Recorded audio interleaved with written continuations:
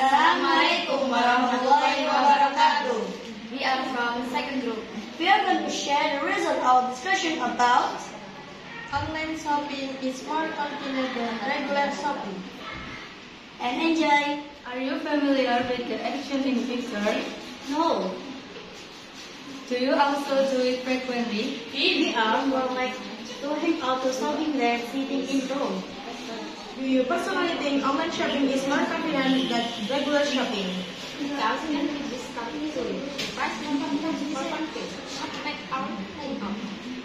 that your reason? What are some negative consequences of online shopping? The rejection the stuff is just not like one order. It is not like in the picture. Sometimes has got the stuff order is long to come. What do you think can be the solution for such case? The stuff sometimes has gone. The solution is to check it in the customer rating. Thank you very much for your nice attention.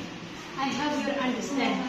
Assalamualaikum warahmatullahi wabarakatuh. Assalamualaikum warahmatullahi wabarakatuh. Now, let's watch our video with the topic online shopping is better than regular shopping. Please enjoy our video. Hey, are you busy? No, I'm not. Let's go to the mall. I want to go buy new dress. Okay, I will come to you. Okay, let's go. Hey, look over there. There is Dela and Diksha. Let's go there. Hi guys. Hi. Are you shopping here too? Yes, we are. What do you want to buy? I buy shoes with Della Oh, why don't you buy in online shop? because I think online shopping has more money negative. Sometimes has long to come. I disagree. For my opinion, online shop is more convenient for what we need.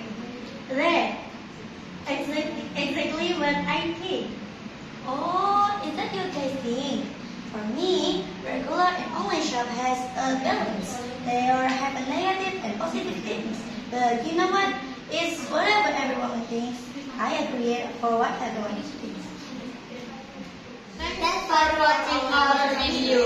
I hope you get